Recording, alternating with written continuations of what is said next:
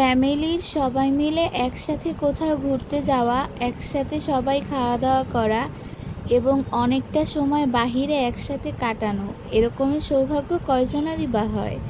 আল্লাহর রহমতে আলহামদুলিল্লাহ আমাদের সেই সৌভাগ্য হয়েছে।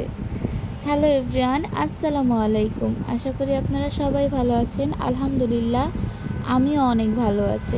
এই তো সেদিন সবাই মিলে আমরা গিয়েছিলাম একটা রেস্টুরেন্টে, যেটা আমাদের বাসা থেকে খুবই কাছে ছিল। সম্ভবত রেস্টুরেন্টের নাম ছিল দ্য ওয়ান। আমি যেদিন ঢাকা থেকে বরিশালে ব্যাক করব, এটা ছিল তার আগের দিনের ভিডিও। আমাদের সবার যাওয়ার কথা ছিল সেদিন সকালবেলা নরসিংদী ড্রিম হলিডে পার্কে, কিন্তু কোনো একটা কারণে আমাদের সেই ট্রিপটা মিস হয়ে যায় বা ক্যান্সেল হয়, যার জন্য সবার মন খারাপ ছিল। তাই ভাইয়া আমাদের সবাইকে নিয়ে সন্ধ্যার সময় এখানে আসে ট্রিট দেওয়ার জন্য। যেহেতু পরের দিন সকালবেলা বাবার বাড়ি থেকে শ্বশুর বাড়ি চলে আসবো, তাই মনটা খুবই খারাপ ছিল। কিন্তু এত সুন্দর একটা সময় একসাথে ফ্যামিলির সবাইকে নিয়ে কাটানোর পরে মনটা খুবই ভালো হয়ে যায়।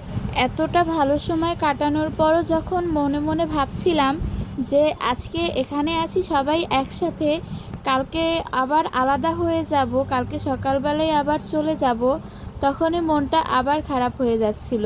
কিন্তু কিছুই করার নেই, এটাই বাস্তবতা। এরকমভাবেই চলতে হবে সারা জীবন। মানুষের জীবনে ভালো এবং খারাপ প্রতিটা দিনই আসে, কিন্তু ফ্যামিলির সবাই যদি পাশে থাকে তাহলে এগুলো কোনো কিছুই ম্যাটার করে না। আলহামদুলিল্লাহ আমাদের এই ছোট্ট ফ্যামিলিতে আমাদের সবার বন্ডিং খুবই ভালো। অনেক কথাই বলে ফেললাম, এখন ভিডিওতে চলে আসি। এটা ছিল রুফটপ রেস্টুরেন্ট। রুফটপটা সত্যি অনেক সুন্দর ছিল, আর সেদিনের ওয়েদারটা আরও বেশি সুন্দর ছিল। অনেক বাতাস ছিল আর হালকা বৃষ্টি ছিল। এত সুন্দর একটা প্লেসে ছবি তুলবো না তা তো হতেই পারে না। এই রেস্টুরেন্টের থাই স্যুপ এবং অন্থন নাকি অনেক মজার। আমার ভাইয়া সারাদিন বাসায় বসে বলে, তাই সে আমাদেরকে এখানে নিয়ে এসেছে। আর আমরাও এসে প্রথমে অর্ডার দিয়ে ফেলেছি থাই স্যুপ আর অন্থন। থাই স্যুপটা যখন সার্ভ করছিলাম তখন দেখেই বোঝা যাচ্ছিল যে এটা সত্যি অনেক মজার একটা থাই স্যুপ। আর আসলে এটা খুব মজার ছিল। আমার লাইফের সবথেকে বেস্ট থাই স্যুপ আমি এখানেই খেয়েছি। আর অন্থনটার টেস্টও অনেক মজার ছিল। আয় হায়, ভিডিওর মধ্যে এত কথা বললাম, কিন্তু একটা কথা বলতে কিন্তু পুরাই ভুলে গিয়েছি।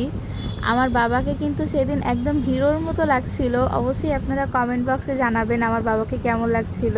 সে কিন্তু আমার latest and fittest 5G bluetooth boy. আল্লাহর কাছে বলি সে যেন সারা জীবন এরকমেরই থাকে। এর মধ্যে আমাদের স্যুপ খাওয়া কমপ্লিট হয়ে যায় এবং ভাইয়া অর্ডার দিয়েছিল বিফ শিক কাবাব আর নান রুটি। এই বিফ শিক কাবাবটা আমার কাছে মোটামুটি ভালোই লেগেছে। বিফ কাবাবটা তো মজার ছিলই, সাথে এই সালাডটাও খুব টেস্টি ছিল।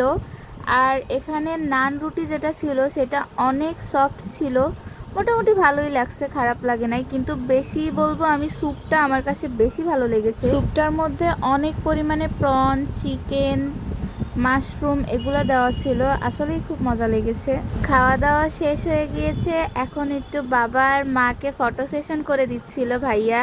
ফটো সেশন শেষ হয়ে গেলে আমরা এখান থেকে বাসায় চলে যাব। আর এই তো আজকের মতো ভিডিও এই পর্যন্তই। আশা করি আমার আজকের ভিডিওটি আপনাদের ভালো লেগেছে। ভিডিওটি ভালো লাগলে অবশ্যই ফলো দিয়ে আমার পাশে থাকবেন। আর হ্যাঁ, অবশ্যই ইউটিউবে সাবস্ক্রাইব করতে ভুলবেন না। আল্লাহ হাফেজ।